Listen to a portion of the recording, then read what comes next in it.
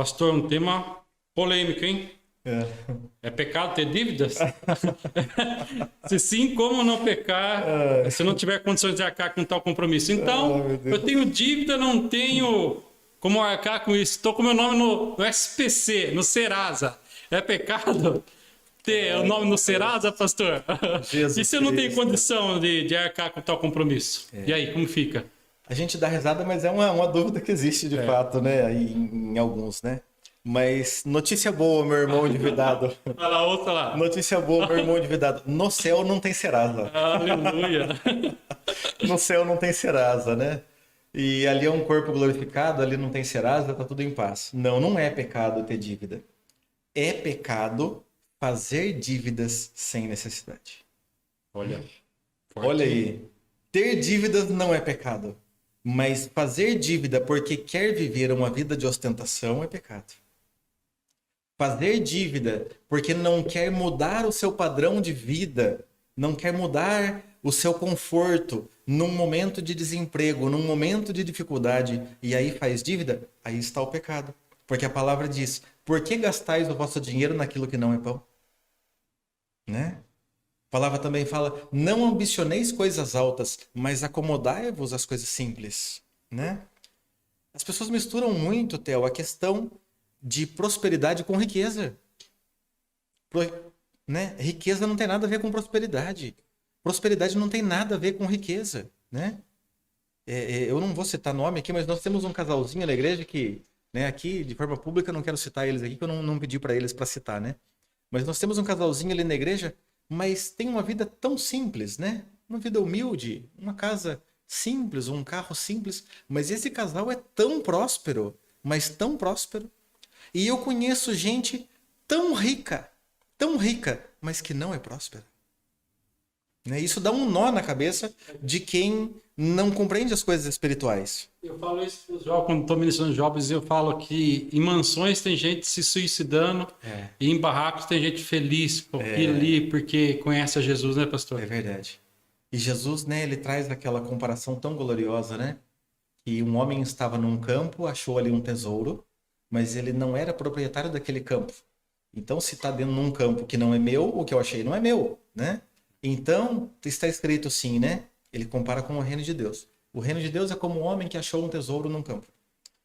E pelo gozo dele, olha que interessante, pela alegria dele, pelo gozo dele, ele vai e vende tudo que ele tem e compra aquele campo, para que aquele tesouro que ele achou fosse dele. E Jesus está comparando isso ao reino de Deus. Na verdade, a maior riqueza é o reino de Deus, né? Em Cristo Jesus estão escondidos todos os tesouros da sabedoria e da ciência. Cristo em vós, esperança da glória, né? Ali, acho que é Efésios que fala que Efésios ou Colossenses ali, que o Senhor nos deu, né, a compreender as riquezas incompreensíveis que há em Cristo. Riquezas incompreensíveis. Então, quando a pessoa percebe essas coisas, né, e vai se apegando nisso, então ela deixa de querer uma vida de ostentação, né? Ah, mas não é vida de ostentação. No meu caso aqui, foi um momento de desemprego, uma enfermidade que gerou um tratamento médico, às vezes mais caro, né? Eu tenho uma vida simples aqui, um carrinho baratinho, o meu carro fundiu o motor, tive que me endividar para fazer o motor do carro. São N situações que podem levar a pessoa ali que tem uma vida simples a se endividar. E o nome foi para o Serasa, né? E agora então, e eu vou para o céu agora que eu estou no Serasa? Né? Sim, né? Não se preocupe se o seu nome está no Serasa ou não. Se preocupe se o seu nome está no livro da vida, Aleluia, pastor. né? Se É que o preocupe pastor falou se o seu uma. nome está no livro da vida. Nessa conversa que a gente teve antes na igreja, citou uma estatística do Serasa, né, pastor? Uma estatística, né? Posso falar? Pode falar, pastor. Então, uma estatística, Interessante você isso vai aí. falar ela. Não, não, Né? pode falar. Eu achei muito interessante isso, pastor. Eu não posso afirmar que é verdade, mas por ter trabalhado em banco e ter visto tanta gente com restrição, né, com o nome, com o CPF ali no Serasa, que eu então acredito que essa estatística seja verdadeira, né? Eu não lembro exatamente o número, mas é na casa dos 70%, não sei se 70%, 75% dos brasileiros acima de 20 anos, porque até 18 a pessoa ainda não tem crédito, né? Então, digamos assim, dos 18 aos 20 já começou a fazer alguma coisa errada, né? Com o crédito que tem ali após os 18 anos. Então, essa estatística é que as pessoas acima de 20 anos 70 ou 75%, alguma coisa assim, dos brasileiros ou estão ou já estiveram no Serasa, né? Aliás, né?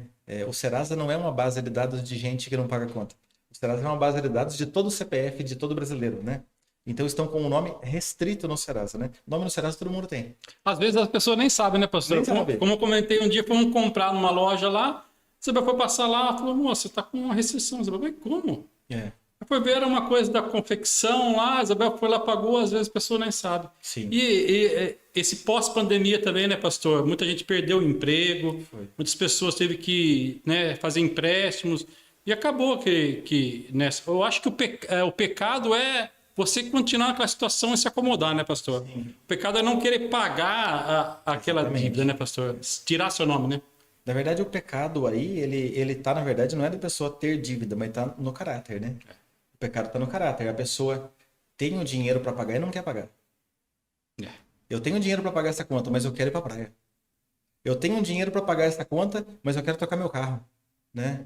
E olha que eu tô falando assim, ó. Olha o que eu tô falando. Não troque de carro, mesmo que você Pague sua dívida. mesmo que você vai dar lucro. Não apareça, não troque o seu carro. não porque você tá apareça na devendo. minha loja se estiver devendo. Pague as contas primeiro, organize as suas finanças, né? Eu vi uma pessoa falando assim uma vez. O problema do endividado, lógico que isso daqui não é generalizado, né? Existem exceções.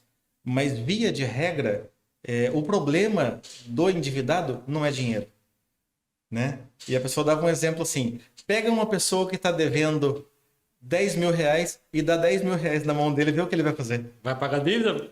Vê aqui o que ele vai fazer. Pega uma pessoa que está devendo 20 mil, 30 mil reais, dá o dinheiro, dá para ele contadinho o dinheiro que dá para ele pagar as dívidas dele e veja o que ele vai fazer.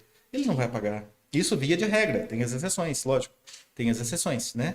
Mas as pessoas, ali o problema das pessoas endividadas é administração financeira.